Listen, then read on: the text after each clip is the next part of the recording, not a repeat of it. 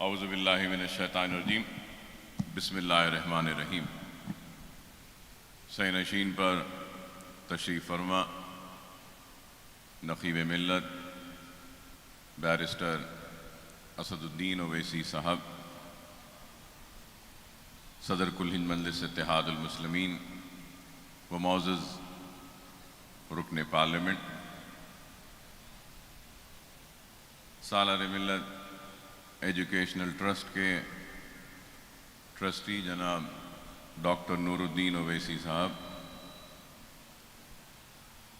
Owaisi school of excellence کے directors جناب انوار صاحب، جناب سعادت علی اکبر صاحب، ڈاکٹر واسع صاحب، ڈاکٹر آدتیہ صاحب، محترمہ امتل صاحبہ، مقامی کارپوریٹر جناب وہاب صاحب، اور مقامی ابتدائی مجلس کے صدر معتمد جوائنٹ سیکرٹری خازن و کمیٹی کے اراکین، سننے والے بزرگوں، نوجوان ساتھیوں اور میری عزت مآب پردہ نشین ماں اور بہنوں، آج سے کئی سال پہلے 1999 کے انتخابات میں مجلس اتحاد المسلمین کے مرحوم صدر سالار ملت علیہ رحمہ نے مجھ کو حلقہ اسمبلی چندرائن گٹے سے انتخاب لڑنے کے لیے امیدوار بنایا تھا، اور انتخابی میدان میں آنے کے بعد سب سے پہلے میں نے اگر کچھ وعدہ کیا تھا تو وہ وعدہ یہ تھا کہ ایک اسکول بناؤں گا، اور اسکول کے ذریعے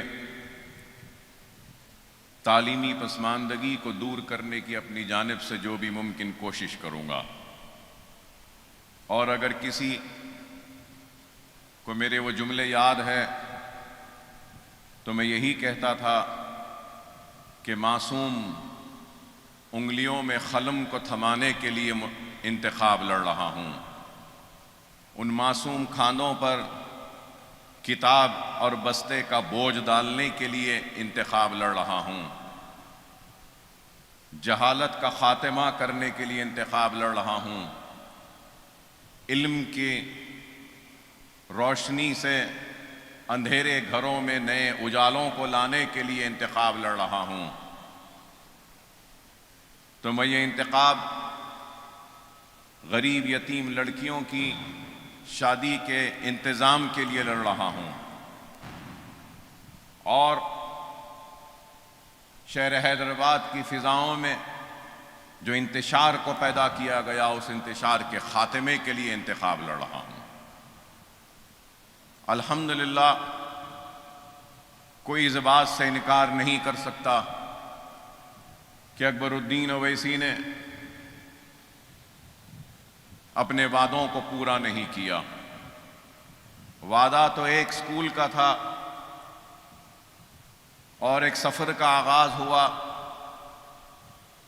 تو نشیمن نگر کے اسکول سے اس کا آغاز ہوا، اور میں یاد دلانا چاہوں گا اور ضرور یہ بولنا چاہوں گا کہ اسکول کے سنگ بنیاد کی تقریب ہم نے رکھی، اسکول کی عمارت مکمل ہوئی تو آپ کو سن کر حیرت ہوگی کہ ہم ہر مساجدوں سے اعلان کرواتے تھے کہ خواہش مند والدین اپنے بچوں کو ہمارے اسکول میں بھیجے، ہم ان کی مفت تعلیم کا انتظام کرے ہیں، لیکن اس کے باوجود بھی درخواستیں نہیں آتی تھیں۔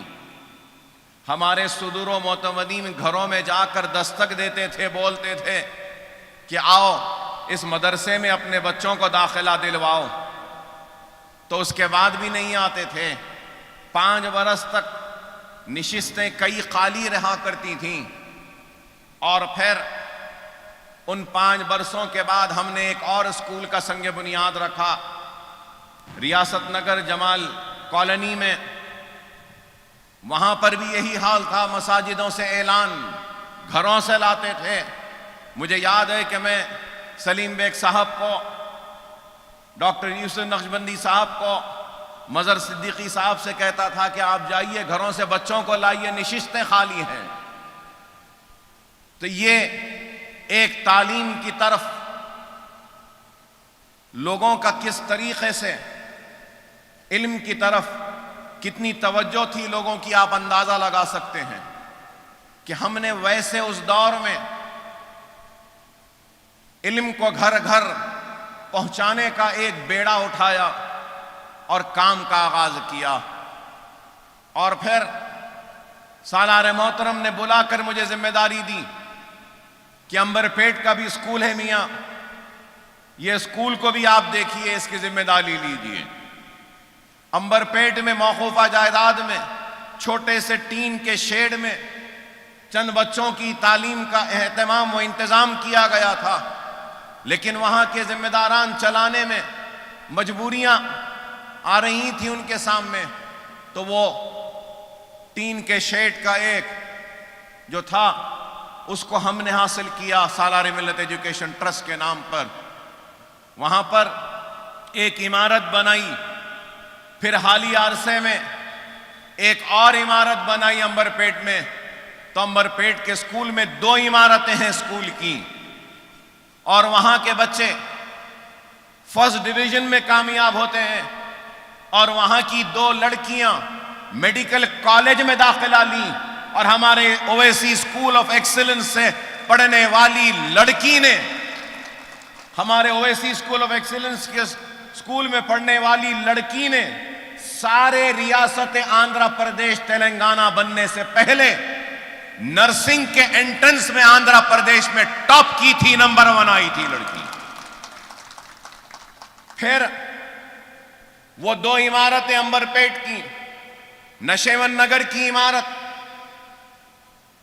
جمال کالونی کی عمارت، مغل پورے کی عمارت، تالاب میر جملہ میں ایک عمارت.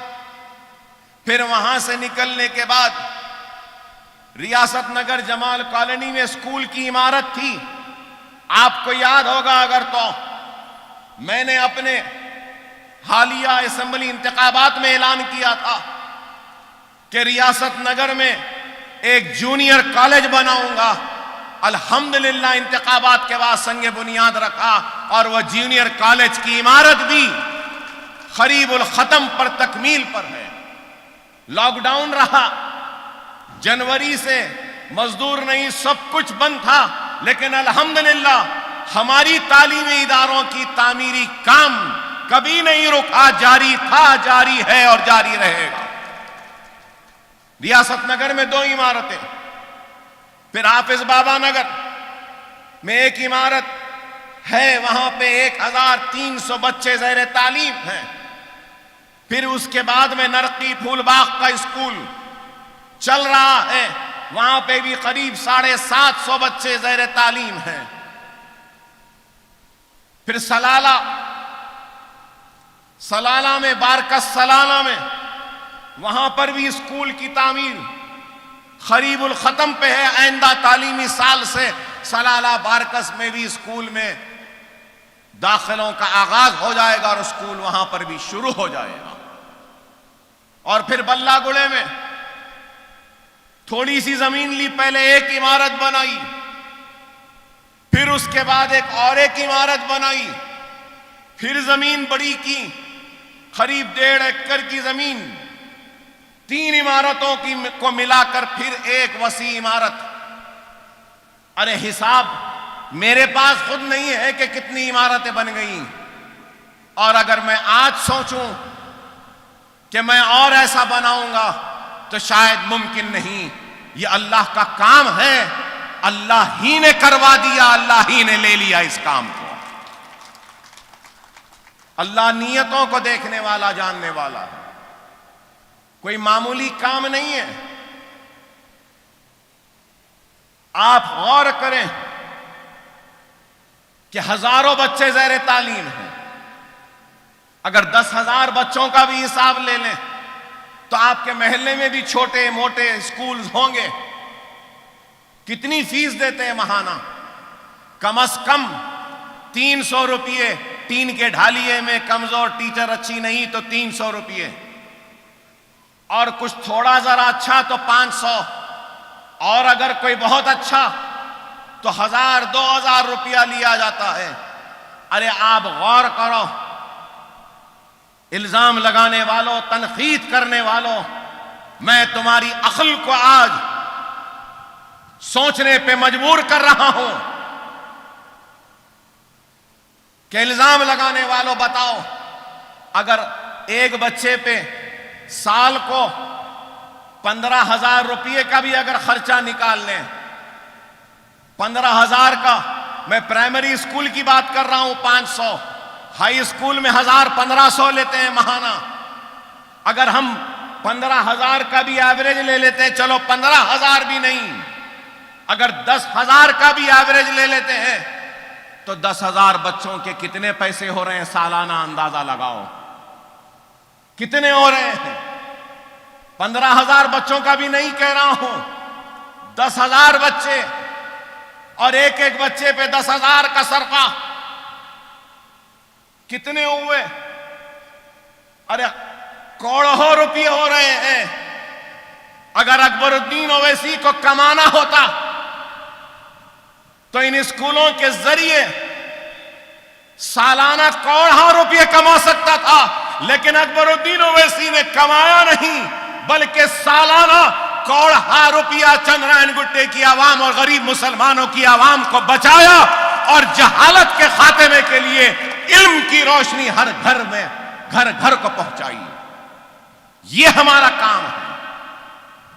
ہزاروں خواتین کو ہم نے ٹریننگ دی, اور آج یہاں پر بھی ایک اور عمارت کا سنگ بنیاد انشاءاللہ تعالی 1.5-2 سال میں یہ عمارت بھی مکمل ہو جائے گی.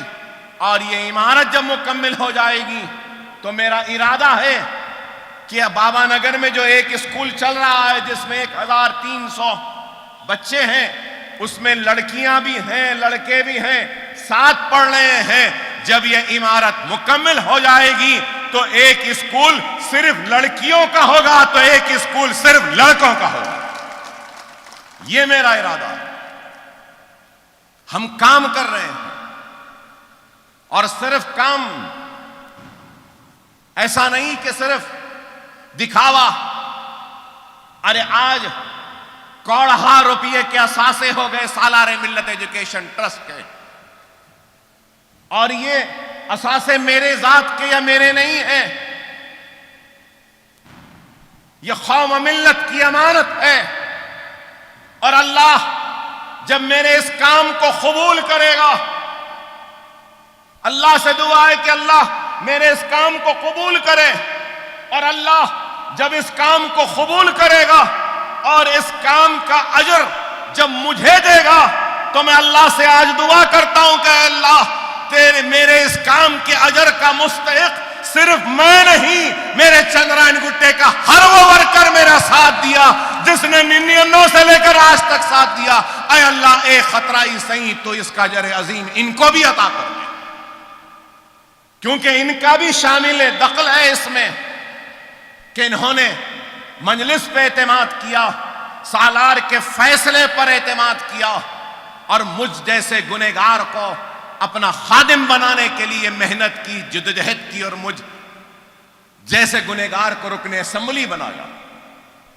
تو اس کام کا, اس نیک عمل کا, اس نیکی کا حقدار صرف اکبر الدین اویسی نہیں ہے. اکبر الدین اویسی کے کھاندے سے کھاندہ ملا کر چلنے والا ہر فرد واحد اس اجر کا مستحق ہے. اور میں تو اللہ سے دعا کروں گا کہ اللہ 99 کے انتخابات سے لے کر آج تک جس فرد واحد نے اپنے ووٹ کے ذریعے کری اکبر الدین اویسی کی کامیابی کے لیے دعائیں کی، اعتماد کا اظہار کیا، اے اللہ تو ان کو بھی اس نیک عمل اور اس نیک کام کا اجر عطا فرما۔ ایک اتحاد پیدا ہوا، اور وہ اتحاد اور انتشار کا خاتمہ، اتحاد کو یہاں سے لے کر آج ہندوستان کے کونے کونے تک یہ پیغام پہنچ رہا ہے، اور مظلوم، مصیبت زدہ، پریشان حال لوگوں کی امیدیں اگر کہیں پہ ٹکتی ہیں تو وہ مجلس اتحاد المسلمین پر، مجلس اتحاد المسلمین کی قیادت پر۔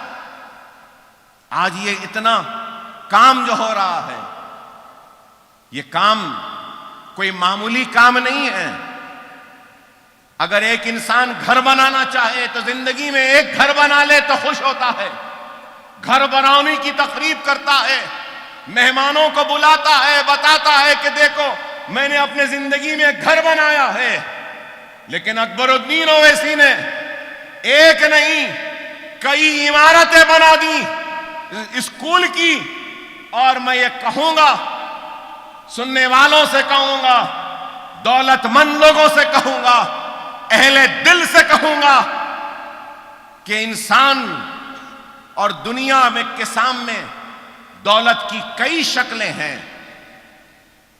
دولت کی شکل پیسے میں ہے، دولت کی شکل زمین میں ہے، دولت کی شکل سونے میں ہے، دولت کی شکل چاندی میں ہے، دولت کی شکل موتی میں ہے، دولت کی شکل ہیرے کی شکل میں بھی ہے۔ لیکن یاد رکھو، پیسے کی دولت بھی جا سکتی ہے، ختم ہو سکتی ہے، زمین کی دولت بھی جا سکتی ہے، ختم ہو سکتی ہے، ہیرے کی دولت بھی ختم ہو سکتی ہے، سونے کی دولت، چاندی کی دولت، موتی کی دولت سب ختم ہو سکتی ہے۔ لیکن دنیا میں ایک ایسی دولت ہے جو دینے سے یا بانٹنے سے ختم نہیں ہوتی اور بڑھتی ہے، اور وہ دولت علم ہے۔ وہ دولت اکبر الدین اویسی دے رہا ہے۔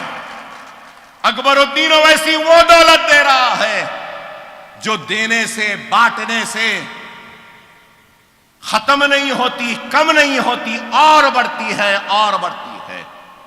علم کی دولت وہ واحد دولت ہے، اور اگر علم آ جائے تو سوچ بدل جاتی ہے، علم آ جائے تو فکر میں تبدیلی آ جاتی ہے، علم آ جائے تو رہن سہن بدل جاتا ہے، علم آ جائے تو ہم کو فیصلے لینے کی طاقت آ جاتی ہے۔ اور آج ہماری قوم سب سے پیچھے اور پچھڑی ہوئی ہے تو صرف اس لیے ہے کہ ہم علم اور تعلیم کے میدان میں سب سے پیچھے ہیں۔ دنیا کو جینے کا سلیقہ بتانے والے لوگ کون تھے؟ دنیا کو علم کی اہمیت بتانے والے کون سے مذہب میں علم کی اہمیت بتائی گئی؟ مذہب اسلام میں رسول اللہ صلی اللہ علیہ وسلم ارشاد فرماتے ہیں کہ اگر علم حاصل کرنے کے لیے دیوار چین کو بھی پان کے جانا پڑے تو جاؤ۔ لیکن آج ہم سب سے پیچھے اور پچھڑے ہوئے، کیوں؟ اس وجہ سے کہ ہمارے ذہنوں میں علم کی اہمیت نہیں، اور اسی علم کی اہمیت کو اجاگر کرنے کے لیے آج ہم کام کر رہے ہیں۔ اور یہ تعلیم کا مشن جو آج یہاں سے جو آ رہا ہے ابتدائی تعلیم میں، تو آج ہمارے بچے ڈاکٹرز، انجینئرز بن رہے ہیں۔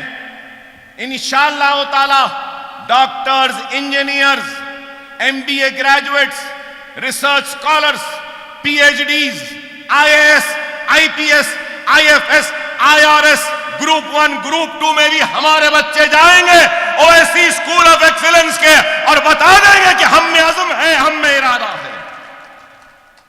لوگ مجھ سے پوچھتے ہیں کہ اکبر صاحب، ہم دیکھتے ہیں کہ آپ امداد تقسیم کرتے ہیں بلہ گڑے سے، آپ امداد کا تقسیم کرتے ہیں حافظ بابا نگر کے اسکول سے، آپ امداد تقسیم کرتے ہیں تو نرقی پھول باغ کے اسکول سے۔ ہاں، پورے لاک ڈاؤن میں امداد میں نے تقسیم کی بلہ گڑے کی ہمارے KG to PG کے کیمپس سے، اس لیے کہ اکبر الدین اویسی دنیا کو بتانا چاہتا ہے کہ دیکھو چندران گٹا اور ہم غریب مسلمانوں کے عزائم کو، ہمارے عزم کو، ہمارے جنون کو، جتنی بلندی ہماری عمارت کی ہے، ہمارے جنون کی بلندی اس عمارت سے زیادہ بلند ہے، ہمارا اخلاص اس عمارت کی بلندی سے زیادہ بلند ہے، ہماری نیت ہم بتاتے ہیں دنیا کے سامنے۔ یہ کام ہے، میں زندہ رہوں یا نہ رہوں، لیکن میرا کام زندہ رہے گا۔ رہتی دنیا تک میرے بنائے ہوئے اسکولوں میں پڑھنے والا ایک ایک لڑکا قابل بنے گا، نیک بنے گا، تو اس کا اجر اللہ مجھے دے گا، میرے ساتھیوں کو دے گا، میری عوام کو دے گا۔ انسان کے ہر عمل کا اجر ملے گا، تو انسان کی موت کے بعد اس کا کوئی عمل نہیں رہتا، جتنا عمل تھا اس پر ہی اجر ہوگا۔ لیکن یہ اسکولوں کا کام کا عمل رہتی دنیا تک قائم رہے گا، اور پڑھنے والے بچوں کی دعائیں ہم کو ملیں گی۔ اللہ کا شکر ہے کہ اللہ کام لے رہا ہے، اور آج میں یہاں کر رہا ہوں۔ لوگ مجھ سے پوچھتے ہیں کہ اکبر صاحب چندرائن گٹے میں ہی کیوں؟ ہاں، چندرائن گٹے والوں کا پہلا حق ہے مجھ پر، اس لیے چندرائن گٹے میں پہلے انتشار کا خاتمہ کرنے والوں کا نام چندرائن گٹا ہے، انتشار کی فضا پیدا کرنے والوں کا نام چندرائن گٹا ہے، اس لیے پہلے ان کا حق ہے۔ اور اللہ اگر دے گا تو ضرور کروں گا، پہلے یہاں ختم کروں گا، اس کے بعد میں زندہ رہا، دولت رہی تو یہاں سے ہٹ کر بھی کرنے کی کوشش کروں گا۔ کام ہمارا پہچان بنا ہے۔ انوار صاحب یہاں بیٹھے ہیں، قابل مبارکباد ہے، یہ نیک شخص، عالم دین۔ میں نے ان سے ایک مرتبہ کہا کہ انوار صاحب میری زندگی کی خواہش ہے، میرے بچوں کے ساتھ جو ہوا، میں اپنے اسکول میں پڑھنے والے بچوں کے ساتھ وہ چیز نہیں ہونے دینا چاہتا ہوں۔ تو انہوں نے مجھ سے پوچھا کہ اکبر صاحب کیا ہے؟ میں نے کہا میں دنیاوی تعلیم کے لیے میرے بچوں کو اچھی تعلیم دے رہا ہوں، لیکن گھر پر مولوی صاحب آتے ہیں، قرآن پڑھاتے ہیں، مذہبی معلومات دیتے ہیں، لیکن میرے بچے جب امتحان رہتا ہے بولتے ہیں کہ امتحانات ہے، 10 دن کے بعد مولوی صاحب آئیے، اور تعلیم دین کی منقطع ہو جاتی ہے تھوڑے دن کے لیے، پھر بعد میں قرآن تو کیسے بھی پڑھ لے رہے ہیں، لیکن اسلام کیا ہے وہ نہیں معلوم، اسلام کی تعلیم کیا ہے وہ نہیں معلوم، تاریخ اسلام کیا ہے وہ نہیں معلوم، احادیث کیا ہے وہ مکمل نہیں معلوم۔ تو انوار صاحب نے کہا تو آپ کیا چاہتے ہیں؟ میں نے کہا کہ میں آپ سے درخواست کرتا ہوں کہ آپ ایسا نصاب، ایسا سلیبس بنائیں کہ اویسی اسکول آف ایکسیلنس میں پڑھنے والے بچے کو دنیاوی تعلیم کے ساتھ دینی تعلیم بھی مل جائے۔ ایسا نصاب بنایا، ہم چائلڈ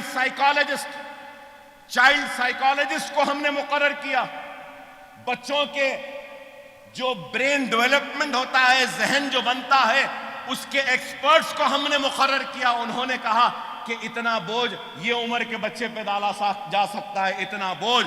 تو ہم نے نصاب بنایا، ایسا نصاب بنایا، ساری دعائیں یاد ہو جاتی ہیں، قرآن ختم ہو جاتی ہے، ترجمہ قرآن کا بھی ختم ہو جاتا ہے، بخاری شریف کی احادیثیں ختم ہو جاتی ہیں، تاریخ اسلام پوری پڑھا دی جاتی ہے، سیرت النبی مکمل ہو جاتی ہے، اور اس کے ساتھ ساتھ سائنس، جدید ٹیکنالوجی اور اسلام کی تعلیم بھی ہو جاتی ہے۔ جب ایک بچہ ہمارے پاس نرسری میں داخلہ لیتا ہے، 10ویں پاس کرتا ہے، تو قرآن بھی ختم ہو گئی، قرآن کا ترجمہ بھی ختم ہو گیا، سیرت النبی بھی ختم ہو گئی، تاریخ اسلام بھی ختم ہو گئی، بخاری شریف کی احادیثیں بھی ختم ہو گئی، دعائیں بھی یاد ہو گئی، سب کچھ ہو جاتا ہے۔ اور پھر جب یہ نصاب بنایا تو مسلک کے جھگڑوں کو بھی ہم نے دیکھا. انوار صاحب خود اہل حدیث کے مرکز میں جا کے دستخط کروا کے لائے. انوار صاحب اہل سنت کے مرکز پہ بھی جا کر دستخط کرائے. تبلیغیوں کے پاس بھی، بریلوی بھی گئے، دیوبند بھی گئے، وہاں سے بھی دستخط کروا کے لائے کہ اس میں عقائد کا کوئی جھگڑا نہیں ہے، صرف کلمہ، نماز، روزہ، زکوٰۃ، حج، اسی پر زیادہ توجہ. ایسی کتاب کے دیکھنے والوں نے کہا ارے یہ کام تو 100 برس پہلے ہونا تھا، ایسا کام نہیں ہوا. لیکن وہ کام بھی اللہ نے اویسی گروپ آف فسٹ یہ سکول و سالار ملت ایجوکیشن ٹرسٹ سے لیا اور انوار صاحب جیسے عالم دین سے لیا. میں ممنون و مشکور ہوں. قریب 25 لاکھ روپیہ صرف ہوا. 3 سے 4 سال لگے وہ سلیبس کو بنانے میں. تو آپ غور کرو کہ آپ کو صرف بچے کو لا کر سکول میں چھوڑنا ہے. لیکن آج افسوس کے ساتھ کہتا ہوں کہ داخلہ ہم دے دیتے ہیں، داخلہ تو لے لیتے ہیں، لیکن اس کے بعد تھوڑے تھوڑے دن میں بچے کم ہونا شروع ہو جاتے ہیں. ارے کیا ماں باپ اپنے بچوں کو ہمارے سکول کی گیٹ تک لا کر نہیں چھوڑ سکتے؟ ارے ہم قرآن پڑھا رہے ہیں، ہم احادیث پڑھا رہے ہیں، دعائیں پڑھا رہے ہیں، دنیاوی تعلیم دے رہے ہیں، قابل بنا رہے ہیں، دنیاوی دوڑ میں سب کے ساتھ کھڑے رہنے کا اہلکار بنا رہے ہیں. اس کے بعد بھی آپ کو لا کر چھوڑنے کی فرصت نہیں. لاک ڈاؤن سے کئی لوگوں کا نقصان ہوا، کووڈ سے کئی لوگ پریشان ہوئے، کئی لوگوں کے کاروبار میں نقصان، تباہ برباد، نوکریاں سب کچھ چلے گئیں. کووڈ سے متاثر ہونے والے کا نام اکبر الدین اویسی بھی ہے. میری 15 برس کی محنت جو میں گلیوں میں، دھول گرد و غبار میں، موریوں میں، مٹی میں کھیلنے والے بچوں کو لا کر اپنے سکول میں 15 برس سے جو محنت کر رہا تھا، اب 1 سال ہو رہا ہے ان کا اسکول بند ہو کر، نہیں معلوم کہ اب ان کا ذہن کس طرف چل رہا ہے. سب سے زیادہ درد مجھے ہے ہزاروں بچے جن کا اسکول چھوٹ گیا، نہیں معلوم کہ اب وہ ان گھروں میں بھی ہے یا نہیں معلوم. لیکن ہم اپنے مشن سے پیچھے نہیں ہٹیں گے. اکبر الدین اویسی ایک مقصد لے کے آگے چلتا ہے. زندگی میں اگر مقصد نہیں تو وہ زندگی بے فیض ہے، ناکارہ ہے، بیکار ہے. زندگی میں کوئی مقصد ہونا چاہیے. اکبر الدین اویسی کا اگر زندگی کا کوئی مقصد ہے تو وہ مقصد ہے تو علم ہے، علم ہے، تعلیم ہے، تعلیم ہے، اور ملت اسلامیہ کا اتحاد ہے، جماعت سے وابستگی ہے. اور آج اگر اکبر الدین اویسی اس قابل بنا ہے کہ اتنے سکولز، اتنے مدرسے بنانے کا، تو میری ماں باپ کے دعاؤں کا نتیجہ ہے. میرے مرحوم صدر، میرے والد، اللہ ان کے قبر کو نور سے بھر دے. سالار ملت علیہ رحمہ کی دعائیں اور ان کی تعلیم کا نتیجہ ہے. میرے ضعیف والدہ محترمہ کی تعلیم و تربیت و دعاؤں کا نتیجہ ہے. تو یہ سالار ملت ایجوکیشن ٹرسٹ کی یہ کامیابی میرے صدر بیرسٹر اسد الدین اویسی صاحب کی وجہ سے ہے. میرے یہ ادارے، یہ سب کچھ اگر کچھ ہے تو مجلس اتحاد المسلمین کی وجہ سے ہے. میرا وجود جماعت کی وجہ سے ہے. میری طاقت جماعت کی وجہ سے ہے، میرا کام جماعت کی وجہ سے ہے، میرے ادارے بھی مجلس اتحاد المسلمین کی وجہ سے ہے، میرے صدر بیرسٹر اسد الدین اویسی کی وجہ سے یہ ہے۔ نام سالار ملت ایجوکیشن ٹرسٹ ہے، لیکن یہ جو کچھ بھی ہے مجلس اتحاد المسلمین کی وجہ سے ہے، آپ کی وجہ سے ہے، آپ کے دعاؤں کی وجہ سے ہے، آپ کے اعتماد کی وجہ سے ہے، آپ کے اتحاد کی وجہ سے ہے۔ اگر آپ کی دعائیں، آپ کا اتحاد نہیں ہوتا تو شاید یہ ممکن نہ ہوتا۔ اگر میری جماعت میرے ساتھ نہ ہوتی تو شاید یہ ممکن نہیں ہوتا۔ میرے صدر کی رہنمائی نہ ہوتی تو شاید یہ ممکن نہیں ہوتا۔ میرے والد اور والدہ کی دعائیں نہ ہوتی تو شاید یہ ممکن نہیں۔ اللہ کی راہ میں کام کرنے والوں کی کمی نہیں، اللہ جس سے چاہے اس سے کام لے لے۔ اللہ مجھ سے کام لے رہا ہے تو بس دعا ہے اللہ سے کہ اے اللہ تو اس کام کو قبول کر، تو ہمارے اس کام کو قبول کر۔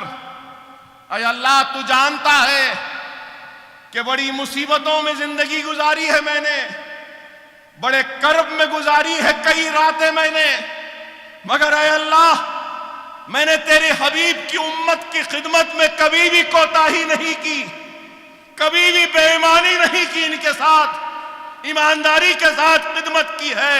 اے اللہ تو اس کام کو قبول کر لے، تو اس کام کو قبول کر لے۔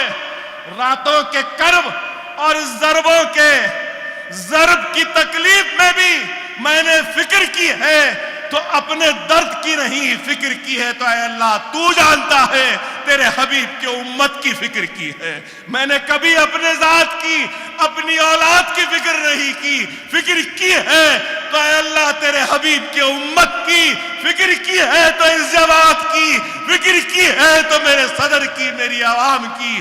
اے اللہ تو ان سب کی حفاظت کر دے، اے اللہ تو ان سب کی حفاظت کر، سب کو کامیابی و کامرانی عطا فرما، ہمارے اس کام کو قبول کر لے۔ نہیں معلوم کہ کتنے دن زندہ رہوں، لیکن جب تک زندہ ہوں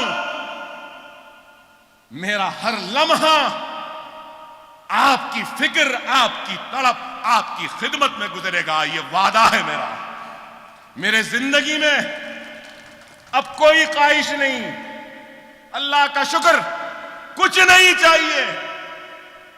اللہ اس کے رسول کی قسم، اقتدار بھی نہیں چاہیے، ایم ایل اے بھی نہیں چاہیے، کچھ بھی نہیں چاہیے۔ اکبر الدین اویسی بس آپ کا خادم بن کر آپ کے قدموں میں بیٹھے گا تو دارالسلام کی ان سیڑھیوں پر بیٹھ جائے گا۔ اکبر الدین اویسی کو کچھ نہیں چاہیے۔ اللہ نے بہت عزت دے دی، بہت شہرت دے دی، بہت طاقت دی، سب کچھ دیا، اب صرف کچھ کرنا ہے تو یہی ہے کہ ہر گھر میں علم علم علم، تعلیم تعلیم، ملت کا اتحاد، بس یہی، کچھ خواہش نہیں۔ اللہ نے اچھا پہنایا الحمدللہ، اللہ نے اچھی گاڑیوں میں گھمایا الحمدللہ، اللہ کا شکر۔ میرے 2 بچے قابل ہیں، میرا ایک لڑکا ڈاکٹری مکمل کر چکا، پوسٹ گریجویشن، ایک بیٹی ہے، ایک بیٹا ہے، ایک بیٹا ڈاکٹر، انشاءاللہ اس سال بیٹی وکالت لندن سے مکمل کر لے گی، وکیل ہو جائے گی۔ مجھے اور کیا چاہیے؟ ایک باپ کی ذمہ داری اولاد کو نیک بنانا، قابل بنانا، باصلاحیت بنانا، علم دینا، اور اس کے ذریعے وہ اپنی دولت کو کما لے سکتے ہیں۔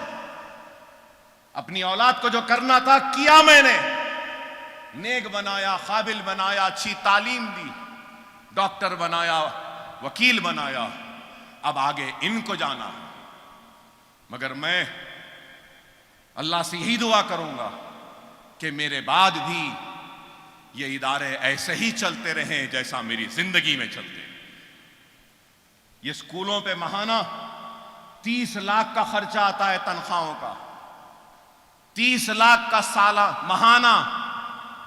اگر آپ سالانہ لے لیں تو قریب 3.5-4 کروڑ روپے سالانہ صرف تنخواہ میں جاتے ہیں، پھر سالانہ یہ اسکولوں کی تعمیر میں بھی کروڑوں روپے جاتے ہیں۔ اللہ میری اولاد کو اس قابل بنا کہ وہ میرے بعد بھی یہ 4 کروڑ کا خرچہ اسکولوں کا برداشت کر سکیں، اپنی زندگی کے ساتھ ساتھ میرے اسکولوں کو بھی چلا سکیں۔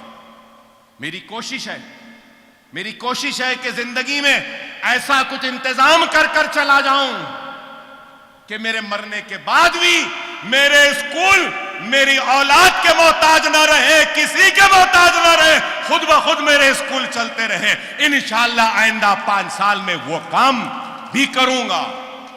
وہ کام کرنا ہے مجھے کہ 5 سال میں ایسا بنا دوں کہ ایسے کرائے آئے جس کے ذریعے میرے اسکول خود بخود ان کرایوں کے ذریعے چلتے رہیں۔ یہ ہماری کوشش ہے۔ خیر بہرحال آپ تمام کا ممنون و مشکور کہ آپ نے وقت نکالا اور میری ہمت افزائی کی۔ میرے لیے میری زندگی کا سب سے بڑا کام اگر کچھ ہوتا ہے نا تو وہ یہ اسکولز ہوتے ہیں۔ لوگ بولتے ہیں مجھے اکبر صاحب آپ اسکولوں میں پھرتے ہیں۔ ہاں میں پھرتا ہوں، آج تک نہیں بولا، آج کہتا ہوں۔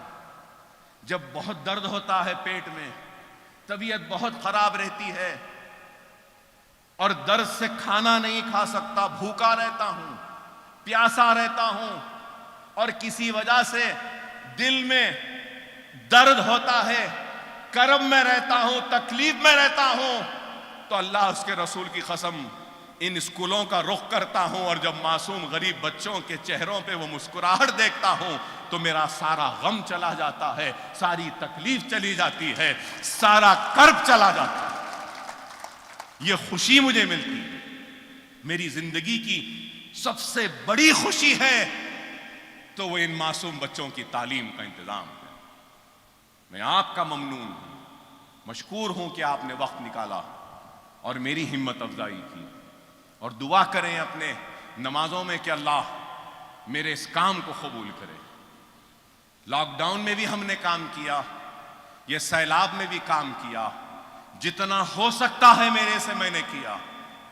بے شک کئی گھر ایسے ہوں گے جہاں میری امداد نہیں پہنچی، میں اس بات سے انکار نہیں کرتا۔ بے شک کئی ایسے گھر ہوں گے جن کی تباہی کو میں نے نہیں دیکھا، بے شک کئی ایسے دکان ہوں گے جن کی تباہی پر میں نے مدد نہیں کی، لیکن اللہ بہتر جانتا ہے میری ذات سے جتنی کوشش جتنی ممکن میں نے کی ہے، اور اگر کوئی حقدار واقعے میں حقیقی متاثر و حقدار اگر چھوٹ گیا ہے تو ضرور اس حقدار مستحق تک بھی امداد پہنچانے کی کوشش کروں گا۔ لیکن جو لوگ متاثر نہیں ہوئے ہیں، خدا را جھوٹ کے بنا پہ امداد حاصل نہ کرو۔ اگر جھوٹ کے نام پر تم امداد حاصل کرو گے تو یاد رکھو میدان حشر میں ایک مستحق، ایک مظلوم تمہارا دامن پکڑ لے گا، اور اکبر الدین اویسی بھی تمہارا دامن پکڑ لے گا۔ سمجھو خدا را، دنیا میں یہ کووڈ، یہ بیماری، یہ مصیبت، یہ اموات، یہ تباہی اور بربادی اگر کچھ آ رہی ہے تو نہیں معلوم کہ وہ کیا عمل ہے ہمارا جس سے اللہ ہم سے ناراض ہے۔ یہ وقت ہے اللہ کو راضی کرنے کا، یہ وقت ہے اپنے گناہوں سے توبہ کرنے کا، استغفار پڑھنے کا، اور اللہ سے کہنے کا کہ اے اللہ تو ہم کو معاف کر دے، معاف کر دے، معاف کر دے، اور اس وبا کا خاتمہ کر دے۔ اگر ہمارا عمل غلط ہوگا، حرام میں ہوگا، ناجائز ہوگا، ظلم ہوگا، انا میں ہوگا، افراتفری میں ہوگا، تو آج کووڈ ہے، کل کچھ اور بیماری آئے گی، اللہ کا جلال، اللہ کا عذاب کسی دوسری شکل میں نازل ہوگا۔ خدا را سمجھو، اللہ ناراض ہے، کبھی کووڈ کے ذریعے آزما رہا ہے تو کبھی اپنے بادلوں کو پھاڑ کر آزما رہا ہے تو کبھی تالابوں کے پشتوں کو توڑ کر ہم کو آزما رہا ہے۔ خدا را اللہ کی آزمائش میں سجدہ ریز ہو کر اللہ سے معافی مانگو، اللہ کا شکر ادا کرو۔ اللہ راضی تو دنیا راضی، اللہ ناراض تو دنیا بھی ہم سے ناراض، دنیا میں بھی ہم ناکام ہوں گے۔ خدا را منظم ہو جاؤ، متحد ہو جاؤ۔ نوجوانوں جو یہاں کھڑے ہیں، میں ان سے ایک ہی بات کہوں گا کہ نمازوں کے پابند بن جاؤ، نمازوں کے پابند بن جاؤ، مساجدوں کو آباد کرو، سنت رسول اللہ پہ عمل کرو، یتیموں کی مدد کرو، غریبوں کی مدد کرو، جو بھی ممکن اپنے سے مدد کرو۔ اگر مدد نہیں کر سکتے تو اپنے عبادتوں میں ہاتھ اٹھا کر ان کے لیے دعا کرو۔ قرآن تابدانوں میں گھروں میں ہے، نکالو، قرآن کو پڑھو، بغیر پڑھے گھر سے نہ نکلو۔ قرآن پڑھ کر نکلو گے تو دیکھو اللہ اپنے فرشتوں کے ذریعے تمہاری حفاظت کرے گا، تمہارے غلط فیصلوں کو صحیح کر دے گا، تمہاری ناکامی کو کامیابی میں بدل دے گا۔ توبہ کرو، اللہ کو راضی کرو، نماز کے پابند بنو، قرآن کو پڑھو، سنت رسول اللہ پہ عمل کرو، غریبوں کی، یتیموں کی، بیواؤں کی مدد کرو، جو اپنے سے ہوتا ہے کرو، دلوں سے بغض کو نکالو، چھوٹی چھوٹی باتوں پہ لڑنا جھگڑنا چھوڑو۔ گلی کوچوں میں قتل ہو رہے ہیں، اے خدا را اس کو ختم کرو۔ ارے جس کے گھر میں موت ہوتی ہے اس کے گھر والوں سے پوچھو۔ غنڈہ گردی چھوڑو، بدکاری چھوڑو، حرام چھوڑو، صحیح راہ پہ آؤ، راستے پر آؤ، اللہ کے بتائے ہوئے راستے پر چلو، رسول اللہ صلی اللہ علیہ وسلم کی تعلیمات پہ چلو، شریعت کو تھام لو، قرآن کو سینے میں بسا لو، سنت کو اپنے زندگی کے روزمرہ کی زندگی کا حصہ بنا لو۔